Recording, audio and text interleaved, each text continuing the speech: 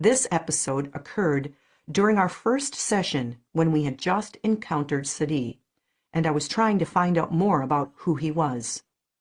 I feel extremely honored that we were allowed to participate in such a glorious event. I had merely asked him to move forward to an important day in his life. This is a routine command to keep the subject from bogging down in the boring, mundane things that compose everyone's life. Moving them to an important day is a way of moving the story of their life forward. What is important to one person is not necessarily important to another, and this adds to the validity of the account. Thus, this was the last thing I expected when I asked him to move to a day that he considered important, counted him there, and asked him what he was doing. He said he was with his father, and they were watching the stars. Not an unusual thing to be doing, but there was something different about her voice. A quiet excitement, a feeling of wonder and awe that alerted me to the fact that this was not a normal night. He took several deep breaths and said, "It is the beginning of everything, to be able to see this for myself. It is all that I could ask, to know that the prophecy is being fulfilled." Katie, as Suddi, clasped her hands together in front of her, and her body seemed alive with excitement. Suddi continued, "It is the coming together of the four tonight." In chapter 3, Suddi's father had told him there would be a sign in the heavens when the Messiah was coming. He stated, "It is said that from four corners that stars will rise together, and when that they meet, it will be the time of his birth." There were many of the Essenes with Suddi, and they were watching from the waiting point of the hills, which was probably above Qumran. He could hardly contain his excitement. He said, "Never in my wildest hopes." His voice contained so much awe, it was almost a whisper. I asked him to describe what he was seeing. "It is like the heavens themselves have opened up, and all of the light is just shining down upon us. It is like the sun of the day. It is so bright. They come together. They have not met so that it is larger than it will be."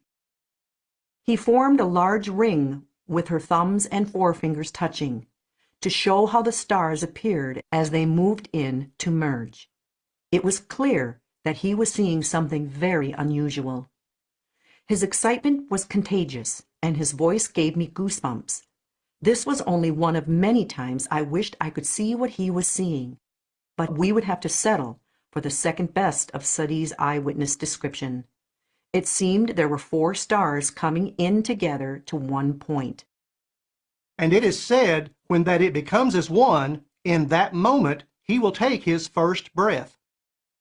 Do you know where he will be born? "He is in Bethlehem. It is of the prophecies." How are the other people with you reacting? "They are all joyous. Everyone is beside themselves. They are filled with joy and the energy that is coursing around us. It is as if the whole world holds its breath in expectation." His voice was vibrating with emotion.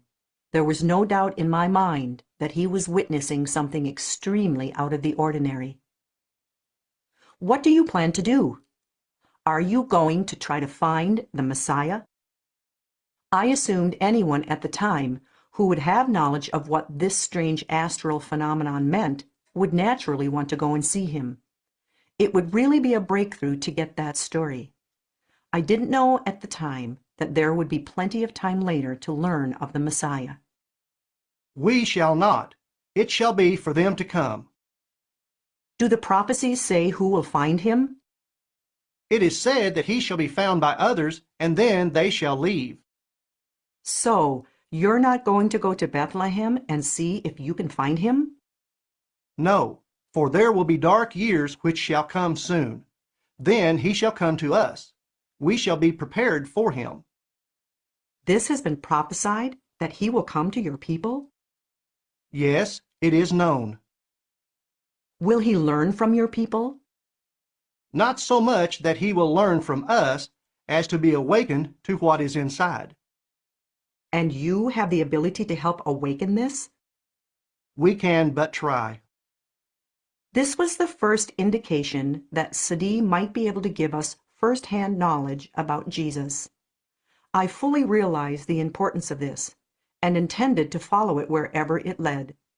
She was taking big, deep breaths as Suddi watched the stars move closer together. I asked if he knew what time of the year it was. It is the beginning of the year. The new year has just passed. It is interesting to conjecture here that he may be referring to Rosh Hashanah, or Rosh Shofar, as he called it, the beginning of the Jewish New Year, which now occurs in the fall.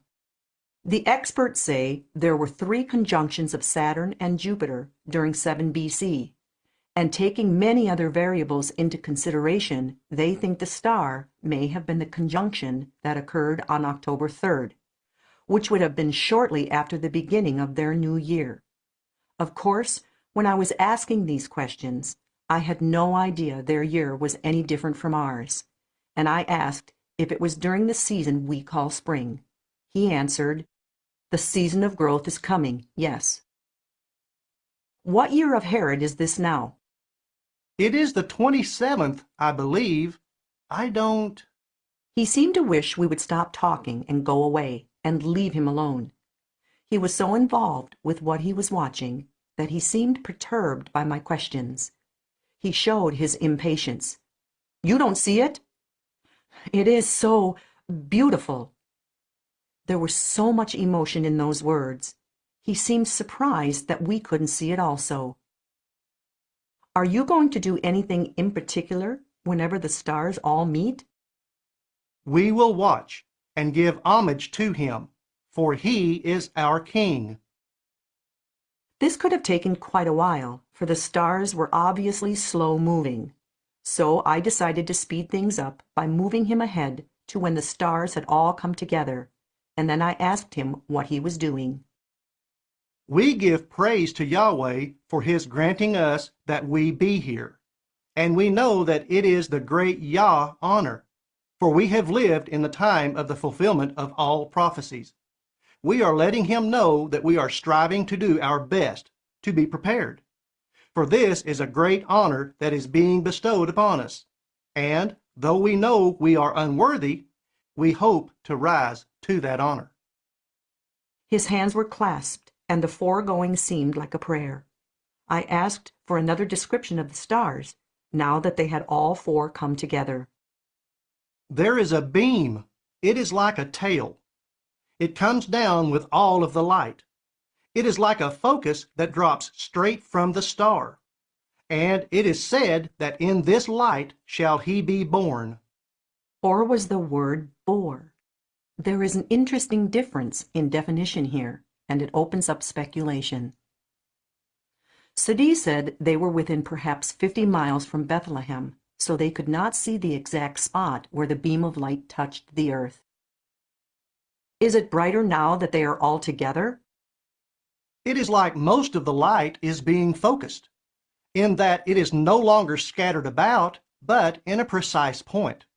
It is about the brightness of a very large full moon. I was preparing to ask him another question when I noticed Katie's lips were moving quietly as though in prayer. I could almost see Suddi on his knees, with his hands clasped toward the star and praying with an enormous heartfelt emotion. "You can say it aloud. We would like to share this moment with you." No, would I tell my soul to others? I tell my soul to Yahweh. I was quiet for a few moments in reverence and allowed him to continue until it looked as if he had finished. I was not rushing him to go on to another scene. This must have been such a dramatic moment. I wanted to let him savor every drop of it. "Has Elias also come again?" He has been born also. It was a few months before. His father is known to its, for he is of us. Thus, this prophecy had also been fulfilled. There are many references in the New Testament to this prophecy that verify that the people of the time accepted the fact that John the Baptist was the reincarnation of Elias. When Jesus was speaking of John to the multitude in Matthew 11:10 and 14, "For this is he of whom it was written, Behold, I send my messenger before thy face, which shall prepare the way before thee. And if ye will receive it, this is Elias, which was for to come."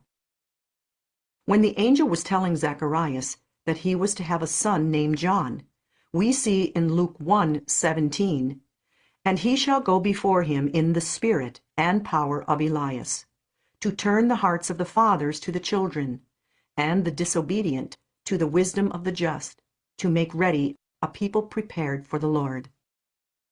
This must be a very exciting moment. I really thank you for sharing it with us. This is something that happens once in a lifetime, to see something as beautiful as this. It is more than once in a lifetime. It is once in forever.